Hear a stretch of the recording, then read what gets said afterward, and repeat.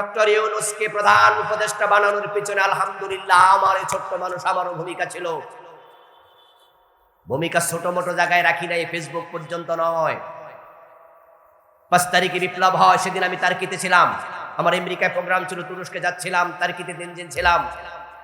আমার দেশ পত্রিকার সম্পাদক মাহমুদুর রহমান, উনি তখন তার্কিতে থাকেন, উনি দেশে থাকতে পারে নাই, পালাইয়াছিল। তো দেশ থেকে ছিল কয়েক বছর মালয়েশিয়া, সেখান থেকে তুরস্ক। 6 তারিখে আমি যাই মাহমুদুর রহমান সাহেবের সাথে মিটিং করে। ওনাকে সেখানে বলেছি ডক্টর ইউনূসকে বলুন উনি যেন প্রধান হয়, কারণ শেখ হাসিনা বলে গেছে ইন্ডিয়ার মোকাবেলায় বাংলাদেশে ইউনূস ছাড়া সেকেন্ড কাউকে দেখছি না যে ইন্ডিয়াকে মোকাবেলা করে ক্ষমতায় থাকতে পারবে। উনি বলেছিলেন সেদিন মাহমুদুর রহমান সাহেব, আমরা 6 জন ছিলাম একসাথে, ওনার বাসায় গেলাম। উনি বললেন এই বেটা তো ইসলামের পক্ষের লোক না, আপনি কি জানেন? আমি বলি জানি স্যার, এই বেটা তো সুদখোর, সুদের ব্যাংক বসাইছে, সব জানি। কিন্তু এই মুহূর্তে শেখ হাসিনা এবং ইন্ডিয়াকে টেগেল দেওয়ার মতো দ্বিতীয় আরেকজনের নাম বলেন, তাহলে আমরা তার পক্ষ নেব। মাহমুদুর রহমান সাহেব বললেন যে না, ওনার সেই আরো শক্তিশালী কেউ এখন বর্তমানে বাংলাদেশে। বললাম স্যার প্লিজ তার বিরুদ্ধে না বলে তাকে ক্ষমতায় আনেন। ছাত্ররা এনেছে, আমরা সাথে ছিলাম, আন্দোলন ছাত্ররাই করেছে। কিন্তু ইউনূস মিয়ার সরকার 1 নাম্বার যে কমিশন রিপোর্ট দিল সেটা ছিল নারী সংস্কার কমিশন। ওই কমিশনে আল্লাহর কোরআনের অনেকগুলো আয়াতের বিরুদ্ধে তাদের উপস্থাপনা। ওই কমিশনের রিপোর্ট একবারে শুরুতে লিখেছে এদেশে নারীদের অগ্রগতির পিছনে সবচেয়ে বড় বাধা হলো ইসলাম। নাউজুবিল্লাহ পড়বেন না। তখন আমরা সেমিনার করেছি, প্রেস ক্লাবে করেছি, ইঞ্জিন স্টুডিওতে করেছি, কয়েক জায়গায় আমিও গেছিলাম। আমরা ইউনূস সরকারকে বলেছি এই কমিশন বাতিল করো, এই প্রস্তাবনা বাতিল করো। আলহামদুলিল্লাহ সেটা বাতিল হয়েছে, সেটা কার্যকর হয়নি। আমার যে কথা, এখন ইউনূস মিয়ার কাছে যে আপনারা মাইক হাতে নিয়ে সোহরাওয়ার্দী উদ্যানে বললেন কাদিয়ানীকে কাফের ঘোষণা করো, এ বেটা তো ইসলামের বন্ধু না, বেটা তো ইসলাম জানেও না, বেটা তো ভালো করে সূরা ফাতিহা পারে কিনা আমার সন্দেহ আছে। তবে আলহামদুলিল্লাহ এখন মাথায় টুপি দেয়, ঠিক কিনা? এখন আগের চেয়ে অনেক ভালো। যেমন আজকেও তিনি আমাদের হাদির জানাজায় চমৎকার একটি বক্তৃতা দিয়েছেন, এবং আমাদের ইসলাম ওয়ালাদের সাথে তার ভালোবাসা এখন বেশি। এখন আমার কথা কি জানেন? কথা শেষ করছি। আমার কথা হচ্ছে আমরা যে হুজুরের একসাথ হইয়া ওদেরকে বলতেছি কাদিয়ানীরে কাফের ঘোষণা করেন, আচ্ছা আমরা বলবো কেন? বলা দরকার কি? যেই কলম দিয়া কাফের ঘোষণা হবে ওই কলমটার মালিক আমরা হয়ে যাই। যদি কলমটার মালিক আমরা হয়ে যাই, ক্ষমতা ইসলাম যায়, আমরাই তো কাফের ঘোষণা করে দেব।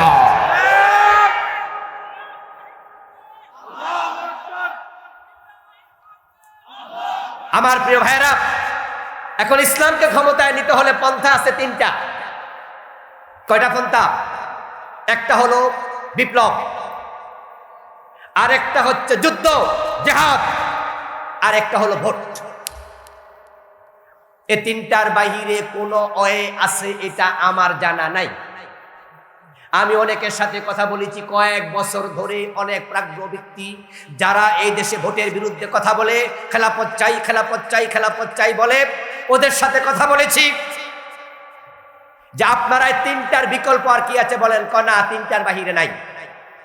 তো বাংলাদেশে তলোয়ার হাতে নিয়ে যুদ্ধ করবেন, কার সাথে করবেন? ইসলামে মুসলমানের যুদ্ধের কোনো অনুমতি আছে? তো আওয়ামী লীগ যতই খারাপ হোক তাদের মাঝে মুসলমান নাই, বিএনপির মাঝে মুসলমান নাই, জাতীয় পার্টির মাঝে মুসলমান নাই, তো যুদ্ধ করবেন কার সাথে?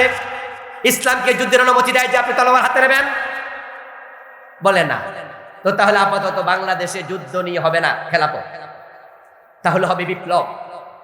বিপ্লব মানে হলো জুলাই বিপ্লবের মতো খেলাফতের পক্ষে, আল্লাহর আইনের পক্ষে সব মানুষ রাস্তায় নেমে যাবে, অধিকাংশ মানুষ নামবে, তারপর সরকার পালিয়ে যাবে, তারপর আমরা ক্ষমতা ইসলামকে নেব। এই হলো একটা বাংলাদেশে যারা আজকে খেলাফতের পক্ষে, ইসলামের পক্ষে আমরা আছি, এত লোক ইসলামের পক্ষে রাস্তায় নামার পরিবেশ হয়েছে। তাহলে এখন 3 নাম্বার ওয়ে হলো ভোট। এখন আপাতত তো এটা ছাড়া কোনো রাস্তা নাই। সুতরাং বিপ্লবের পরিবেশ হওয়ার আগ পর্যন্ত ভোট পবিত্র আমানত, এটা ইসলামের পক্ষে দিতে হবে।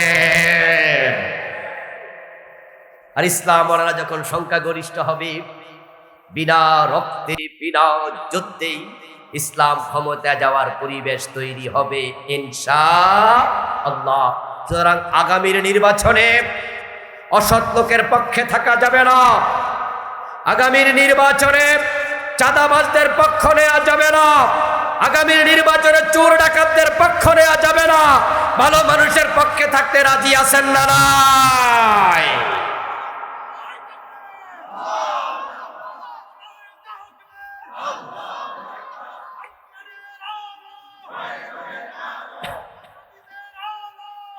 প্রিয় ভাইয়ের, আসুন আমরা কোরআনের পক্ষে দাঁড়িয়ে যাই। ভোট পবিত্র আমানত, খেয়ানত না করে যথাস্থানে পৌঁছিয়ে দেই। আল্লাহ তৌফিক দাও, বলুন আমিন। হাদা মা ইনদি ওয়াল ইলমু ইনদাল্লাহ আলাইহি তাওয়াক্কালতু ওয়া ইলাইহি উনীব। উঠবেন না প্লিজ, উঠবেন না, একটু প্লিজ প্লিজ, একটু। ওয়াজ কিন্তু শেষ নয়, ওয়াজ মাত্র শুরু। আমার পরে বক্তা আছে আরো দুইজন, বিশেষ করে আমাদের মুহাদ্দিস রফিকুল্লাহ আফসারী ভাই আসবেন। তো আমরা যখন ভোট দিতে যাব তখন আমরা মানুষ না, ঠিক না? নাকি মানুষ? তাহলে আপনার ভোটটাকে ইবাদত বানাতে, আপনি যখন খাবেন আপনার খাবারটা ইবাদত বানাতে হবে।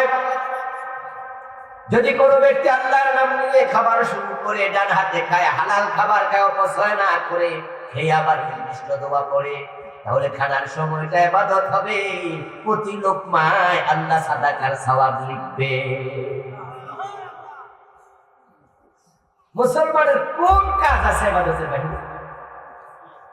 একটা কাজ। তাই ইবাদতের সময়সীমা কত? ইবাদতের সময়সীমা কত? ইবাদত মানে তো দাসত্ব, ইবাদত মানে তো চাকরি, ইবাদত মানে তো গোলামি।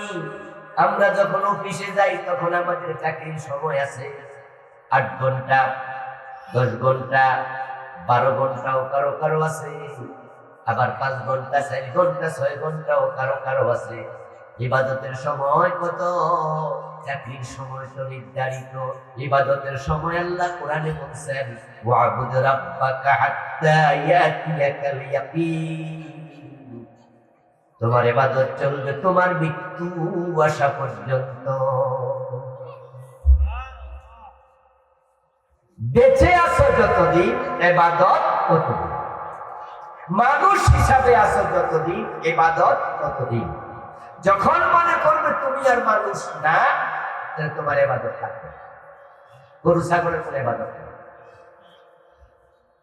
আপনাদের বাড়িতে গরু ছাগল আছে, আপনি খাবার দিচ্ছেন, গরু খাইছে, কোনদিন বিসমিল্লাহ শুনছেন? গরু বিসমিল্লাহ করে খাওয়া শুরু করছে। এই জন্য গরুর খাওয়া ইবাদত। আর যদি আপনিও বিসমিল্লাহ না করিয়া খান, তাহলে আপনার খাবারও কিনা ইবাদত।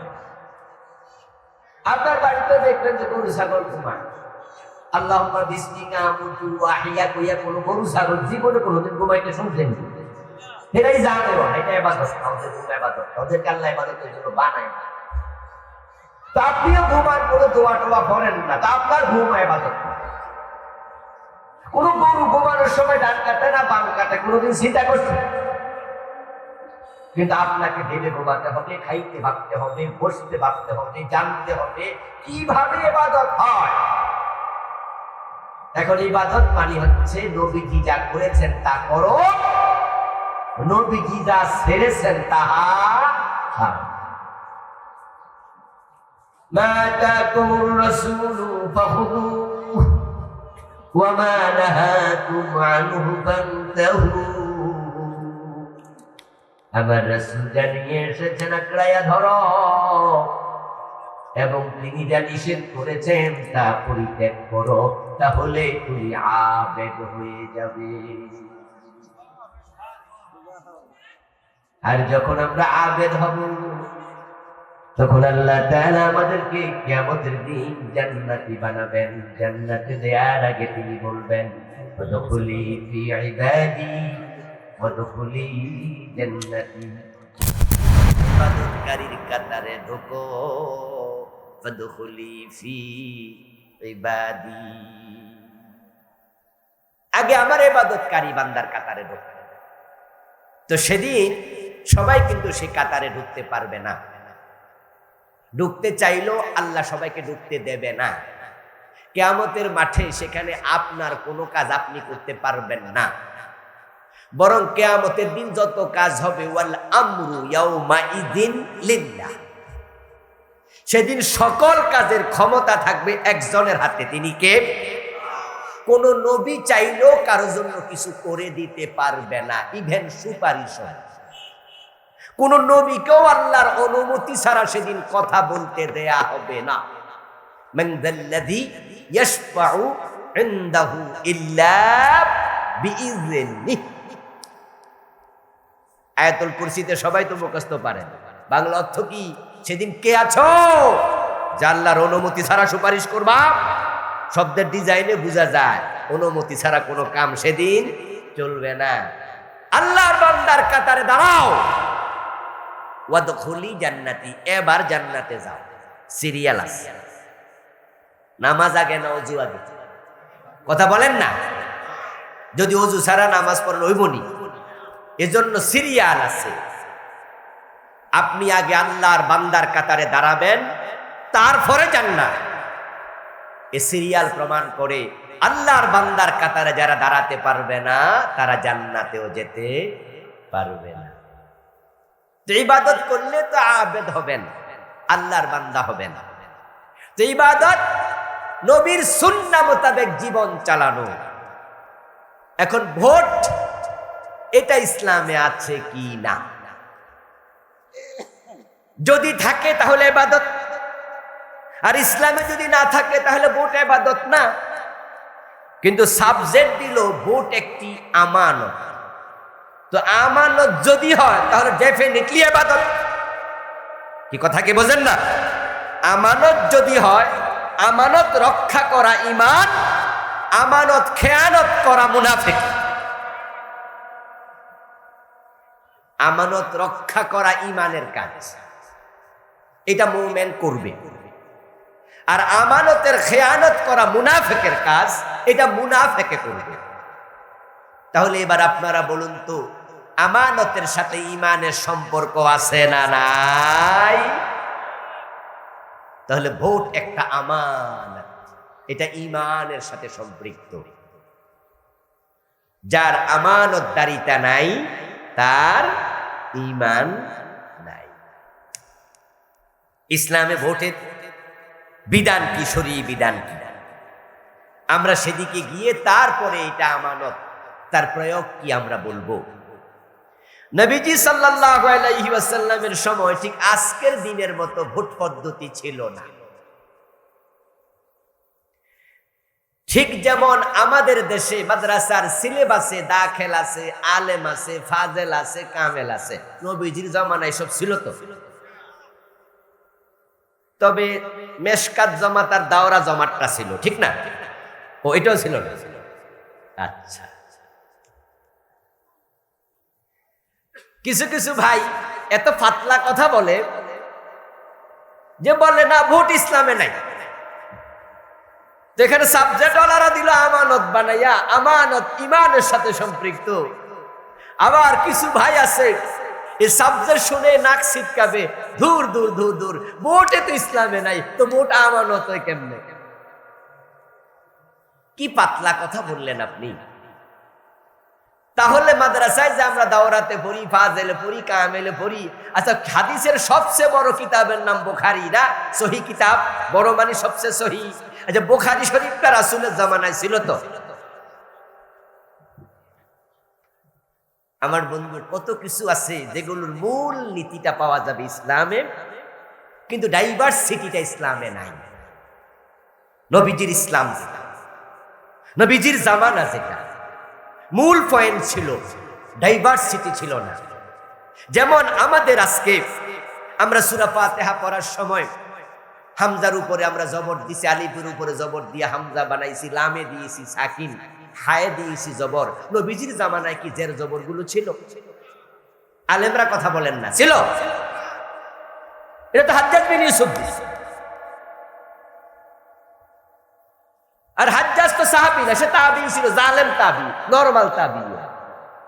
কত সাহাবী হত্যা করছে, কিন্তু সেই একটা ভালো কাজ করছে, খেদমত করছে। শেখ হাসিনা খুব জালেম, কিন্তু এর কিছু ভালো কাজ আছে না, যেমন হানিফ ফ্লাইওভার।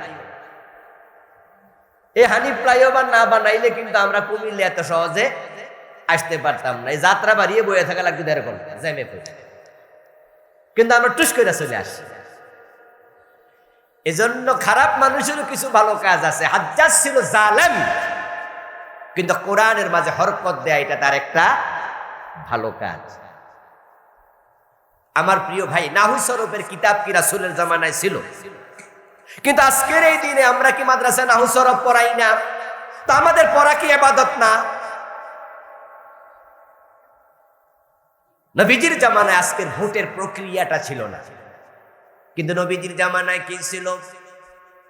কোরআন থেকে শুনুন, ওয়া আমরুহুম শুরা বাইনাহুম।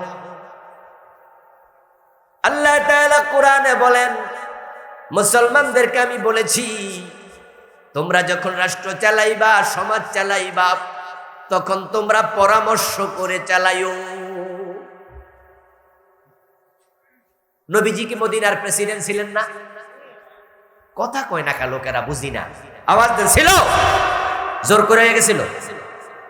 হিজরত করার পরে মদিনায় যাইয়া কইছে, এই মদিনার লোকেরা আমাকে প্রেসিডেন্ট মানতে হবে না, কল্লা কেটালাম, এরকম। বরং নবীজি হিজরত করে যখন মদিনায় গেলেন, মদিনার আউস, খাজরাজ, বনু নজির, বনু কুরাইজা, বনু কাইনুকা, মদিনার মুশরিকেরা, মদিনার খ্রিস্টানেরা, আরো যারা ছিল সব মানুষ নিজেরা মিটিং করছে। মিটিং করে এক জায়গায় বসে তারা সিদ্ধান্ত নিছে, এখন থেকে মদিনার রাষ্ট্রপ্রধান হবে মুহাম্মাদুর। ওখানে অনেকগুলো কমিউনিটি ছিল, অনেকগুলো গোত্র ছিল। ইহুদিদের মাঝে 3টা গোত্র ছিল। তারা সবাই মিলে পরামর্শ করে নবীকে রাষ্ট্রপ্রধান বানালেন। তাহলে নবীজি যে রাষ্ট্রপ্রধান হলেন, জোর করে হয়েছে না পরামর্শ ভিত্তিতে হয়েছে? এই পরামর্শের সিস্টেমটাই বর্তমানে ভোট। সংখ্যায় মানুষ যখন কম হয় তখন পরামর্শটা সহজ হয়। মানুষ 200, 500, 1000, 10,000, 15,000, 20,000 পরামর্শ করা যায়, হয়তো একটু সময় লাগে। কিন্তু মানুষ যদি 3 কোটি, 5 কোটি, 10 কোটি হয়, পরামর্শ এরকম বসে এক জায়গায় আদৌ সুযোগ হয়? এত মানুষ এক জায়গায় জায়গা হইব না। এবার এটার মাঝে চিন্তার ভিন্নতা আসছে যে কেমনে কি করা যায়। পাবলিকের পরামর্শ, রাষ্ট্রের কে প্রেসিডেন্ট হবে, রাষ্ট্রে কে এমপি হবে, কে মন্ত্রী হবে। যেমন আপনাদের সামনে নির্বাচন, এই নির্বাচনে আপনাদের এলাকায় কে এমপি হবে, এইটা তো পাবলিকের কাছে, ভোটারদের কাছে এসে ওরা বলে যে আমাদের পক্ষে আমি আছি, আমারে দিয়েন। আপনারা সবাই নিজের মতো করে একটা সিল মাইরা, এটা আপনার ব্যক্তিগত পরামর্শ, ঠিক কিনা?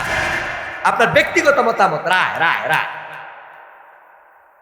আপনি ব্যক্তিগত সিল দিলেন যে আমি অমুকরে দিলাম। এবার সবগুলো ভোট গণবে, পরামর্শগুলো গণবে। গণার পর যার পক্ষে পরামর্শ বেশি বর্তমান পৃথিবীর সিস্টেমে, তখন তাকে ওই এলাকার নেতা বানানো হয়। হযরত ওমর রাদিয়াল্লাহু তাআলা আনহুর জীবন থেকে আমরা এটা পেয়েছি। এই যে পরামর্শ দেয়া, পরামর্শ সংখ্যাগরিষ্ঠতার ভিত্তিতেই নেতা হওয়া, এটা হযরত ওমর থেকে পাওয়া যায়। আলাইকুম বিসুন্নতি ওয়া সুন্নাতিল খুলাফাইর রাশিদিন আল মাহদিয়িন। তোমাদের উচিত আমার সুন্নাহকে আঁকড়াইয়া ধরা এবং আমার সুপথপ্রাপ্ত খোলাফায়ে রাশেদার সুন্নত আঁকড়াইয়া ধরা। তো হযরত ওমর কি খোলাফায়ে রাশেদার একজন ছিলেন না? ওনার জীবন থেকে আমরা পরামর্শের ভিত্তি পাই। নবীর জীবন ও পরামর্শ, সেটা আমি একটু পরে আবার বলবো। আর ওমরের থেকে পাই সংখ্যাধিক্যতার ভিত্তিতে সিদ্ধান্ত। শুধু পরামর্শ নয়, পরামর্শ করো, এটা নবীজিকেই আল্লাহ বলছে, ওয়াশাবিরহুম ফিল আমর। রাসূল, মদিনার লোকেরা সবাই মিলে আপনাকে রাষ্ট্রপ্রধান বানাইলো, নেতা বানাইলো, কিন্তু আপনি রাষ্ট্র চালানোর সময় তাদের সাথে পরামর্শ কি রে বাকিটা কনা, আপনি পরামর্শ কইরেন। হ্যাঁ, আপনারাও কিছু করবেন, কোন জায়গায় হেইও কওয়া লাগে না বুঝলে কেমন। আল্লাহ রাসূলকে বলে ওয়াশাবিরুহুম ফিল আমর, যে আপনি তাদের সাথে পরামর্শ করিয়েন। আচ্ছা, সাহাবীদের মাঝে নবীজির চেয়ে বেশি বুদ্ধিমান, বেশি বিচক্ষণ, বেশি আলেম কেউ ছিল? কিন্তু এরপরও আল্লাহ বলতেছে আপনি পরামর্শ করিয়েন, কারণ পরামর্শ করলে বারাকা হয়। ইয়াদুল্লাহি আলাল জামাআহ, সংগঠিত কাজের উপরে আল্লাহর হাত থাকে। সুবহানাল্লাহ পড়ে, আল্লাহর রহমত থাকে। আবার কখনো কখনো এমন কিছু বিষয় আছে যাহা ছাত্রের জানা নাই, শিক্ষকে জানে। আবার এমন কিছু বিষয় আছে যাহা শিক্ষকের জানা নাই, ছাত্র জানে। কিছু কিছু বিষয় অভিজ্ঞতার ব্যাপার আছে, পরামর্শে কাজ হয়। নবীজি পরামর্শ নিতেন তো। খন্দকের যুদ্ধ হবে, খন্দকের যুদ্ধটাকে গজওয়াতুল আহজাব বলা হয়। মক্কার সম্মিলিত শক্তি, কাফেরদের মাঝে যত গ্রুপ আছে, মুশরিক, মাজুসি, আরো যা আছে, সবাই মিলে তারা মদিনা রাষ্ট্রের বিরুদ্ধে ঐক্যবদ্ধ হয়ে তারা এসেছে মদিনা আক্রমণ করতে। গজওয়ায়ে আহজাব, সম্মিলিত সামরিক শক্তি, খন্দকের যুদ্ধ যাকে আমরা বলি। ওই যুদ্ধে মদিনার লোকেরা তাদের মোকাবেলা করবে।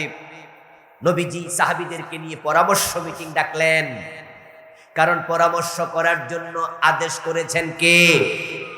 নবীজি পরামর্শ সবাই বললেন যে এখন কিভাবে তাদের মোকাবেলা করব, পরামর্শ দাও। এক একজন সাহাবী এক এক পরামর্শ দিলেন। তার মাঝে একজন বয়োবৃদ্ধ সাহাবী ছিলেন, তখন উনার বয়স ছিল 230 বছর। নাম ছিল সালমান ফারসি রাদিয়াল্লাহু তাআলা আনহু। উনি হায়াত পেয়েছিলেন 250 বছর। নবীজির ওই পরামর্শ সবার সেদিন তিনিও সদস্য। উনি পরামর্শ দিলেন, ইয়া রাসূলুল্লাহ, যুদ্ধের ব্যাপারে আমার কিছু অভিজ্ঞতা আছে, আমি আপনি বললে শেয়ার করব। নবীজি বললেন বলো। তখন কিছু পরামর্শ শেয়ার করে বললেন যে মদিনার 3 দিকে পাহাড়ি ভূমি এবং খেজুরের বাগান। আমার মন বলে মক্কার লোকেরা পাহাড়ি ভূমি অতিক্রম করে আসবে না, পাহাড়ে উঠাও কষ্ট। বাকিটা কর না আপনারা, নামও কি কষ্ট, তারা এই পথ ধরে আসবে না। আর খেজুরের বাগানের ভিতরে ঢুকলে পথ হারায় ফেলবে, এজন্য নিশ্চয় তারা বাগানের ভিতরেও ঢুকবে না। তো খোলা জায়গা যতটুকু আছে এটা একদিক, আমি বলবো সেখানে আমরা খাল কাটবো, পরিখা খনন করব। আপনি আমাদের মাঝে ভাগ করে দেন। আমরা বিশাল লম্বা এক পরিখা, এদিকে কয়েক হাত, ওদিকে কয়েক হাত, ভিতরে কয়েক হাত, এভাবে আমরা কেটে একটা খাল বানাইয়া দেব। খালের এই পাশে তীর ধনুক নিয়ে বসে থাকবো। ওরা নামবে কেমনে? খালের ভিতরে নামলে এখানে ফিরাবো, এখানে মাইর দেবো। আর খালের ভিতরে নামলে তারা উঠতে পারবো না। তারা কি মদিনাতে মক্কা থেকে আসতে সবাই কি লগে একটা মই লই আইছে যে খালের ভিতরে মই দিয়া নামবো, মই দিয়ে উঠবো? হুজুর, তারা আসবে বহুদূর থেকে। এসে যখন দেখবে যে বিশাল খাল, তখন তারা সবাই কিং কর্তব্য বিমূঢ় হয়ে যাবে, ব্যাককল হয়ে যাবে। কয় না কিছু কিছু কাজ দেখে আমরা কই না যারে কি হলি কি ব্যাককলের মতো করি। অথবা আমি নিজেরে বলি, আরে আমি কি ব্যাককল হয়ে গেলাম, ওই লোটা কি বলি না, এরকম ওরা এসে ব্যাককল হয়ে যাবে।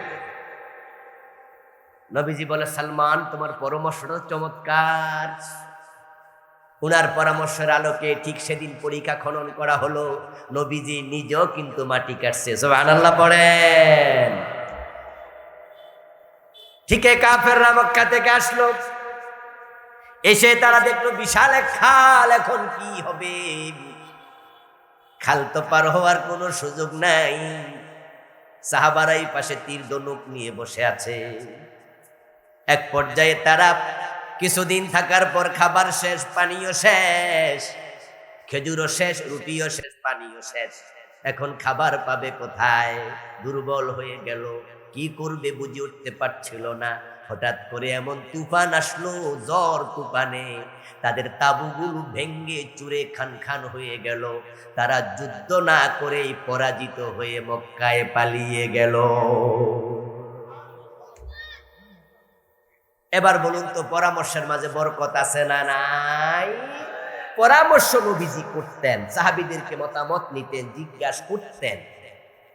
তো আমাদের দেশে যারা নেতা হবে তারা কি জোর করে হবে নাকি নাগরিকদের সাথে পরামর্শ দরকার?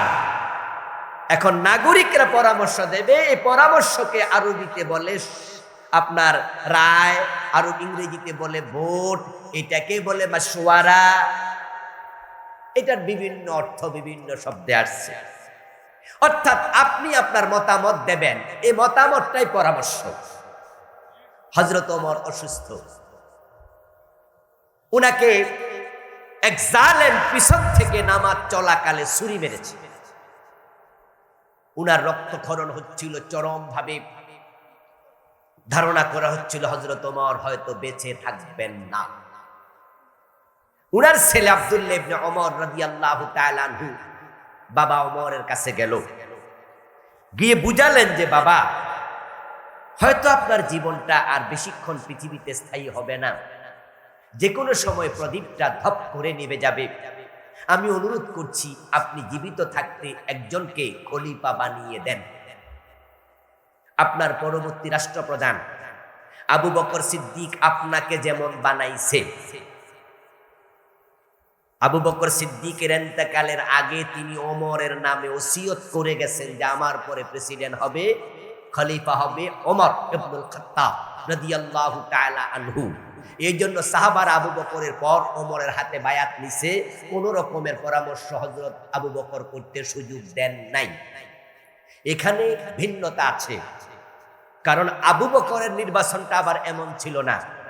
নবীজি কিন্তু ইন্তেকালের সময় কাউকে খলিফা বানায়া যান নাই, বরং উনি ইন্তেকাল করলেন সোমবার, উনাকে দাফন করা হলো মঙ্গলবার দিবাগত রাতে বুধবার, চলে গেছে লম্বা সময়। সাহাবারা কাকে পরবর্তী খলিফা বানানো হবে তা নিয়ে তারাও মাশওয়ারা করেছে, তারা পরামর্শ করে এক পর্যায়ে তারা সিদ্ধান্ত নিয়েছে আবু বকর সিদ্দিক হবেন তাদের খলিফা। তারপর আবু বকরের হাতে বায়াত নিয়েছে, বায়াতের পর মঙ্গলবার গভীর রাতে নবীজিকে দাফন করা হয়েছে।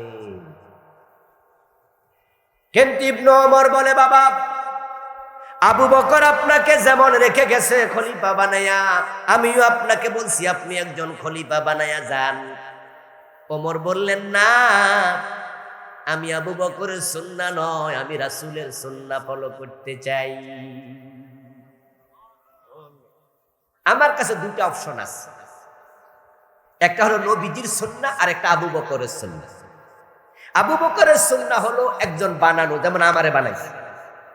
আর কারণও আছে ভাই, আবু বকর সিদ্দিক রাদিয়াল্লাহু তাআলা আনহু ওমরকে যেভাবে চিনতেন, এতটা কাছ থেকে চিনতেন যে অন্য অন্য সাহাবারা কেউ হয়তো ওমরের আবু বকরের মতো চিনত না। সবাই ওমরকে চিনত, ওমর মেজাজি, ওমর বড় রাগী, ওমর কাউকে কেয়ার করে না, ওমর ঢেম কেয়ার টাইপের লোক, ওমর যারে ধরে তাকে আর ছাড়ে না।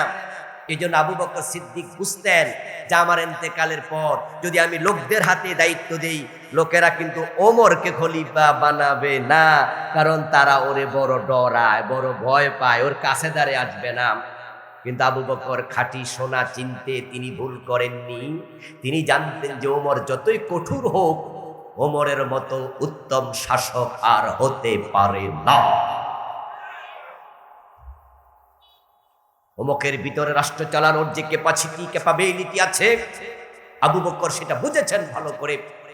মানুষের হাতে ছেড়ে দিলে লোকেরা ওমরকে নাও বানাতে পারে, এর জন্য আবু বকর ওমরকে বানিয়ে গেলেন।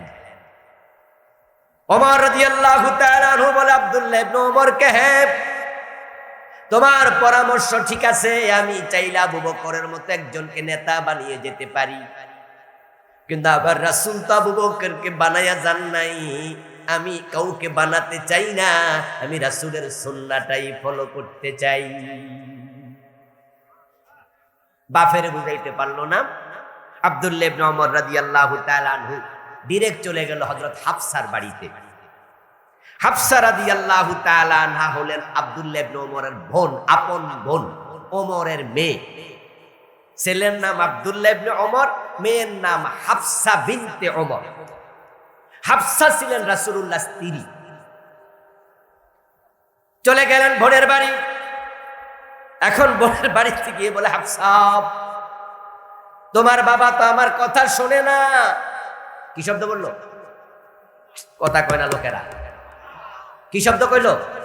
তোমার বাবা। এর মানে রাগ। বাপের উপরে কি? আমার বাবা, তোমার বাবা বা আমাদের বাবা এই শব্দ বলে নাই। আবু তোমার বাবা আমার কথা শোনে।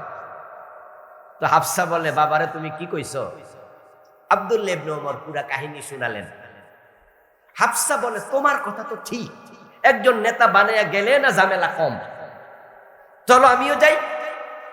এবার হাফসাও গেল। ছেলে মেয়ে দুইজন বাবার দুই পাশে বসে বাবার ধরলো। আব্দুল্লাহ ইবনে ওমর মনে মনে ভাবে, আমার কথা শুনবা না? হাফসা তোমার মাই হইলে কি হয়েছে, রাসূলের বউ, এই হিসাবে বেড়ি ঠেলা আছে। কি কথা কি ঠিক না? যদিও ওমর তোমার মেয়ে, কিন্তু বেড়ি জামাই কেডা? মুহাম্মদ সাল্লাল্লাহু আলাইহি ওয়াসাল্লাম বেড়ির হাজবেন্ড।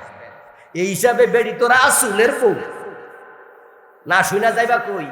ভাই বোন দুজনে মিলে হযরত ওমরকে বুঝালো।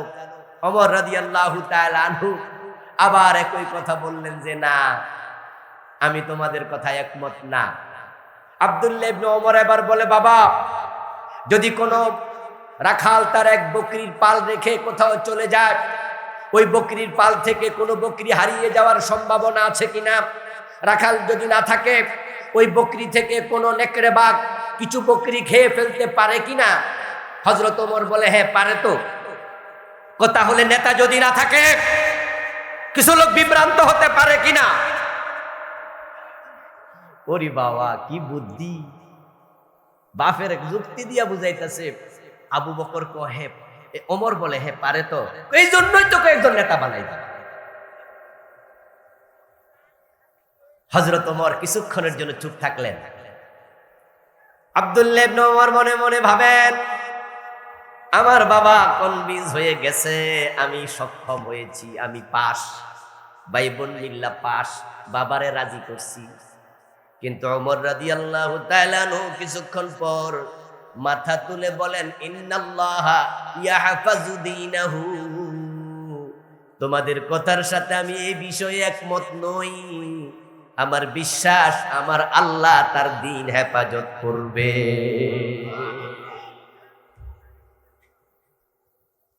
রাখাল না থাকলে বকরি হারিয়ে যায়, রাখাল না থাকলে বকরিকে নেকড়ে খায়, এই বিষয়ের সাথে একমত। তবে নেতা বানাইতেই হবে, না হয় ইসলামের ক্ষতি হবে, একে আমি একমত না। দ্বীনের মালিক যিনি, হেফাজত করবেন তিনি। তবে আমি একটি কাজ করে যাব, আমাদের পরামর্শে একটি কাজ করে যাবে, সেটা হলো আমি 6 জনের একটা কমিটি করে যাব। হযরত ওমর 6 জনের তালিকা দিলেন সাহাবীদেরকে ডেকে, এই 6 জন থেকে তোমরা একজনকে খলিফা বানাবে। ওই 6 জনের ব্যাপারে পরামর্শ করবে।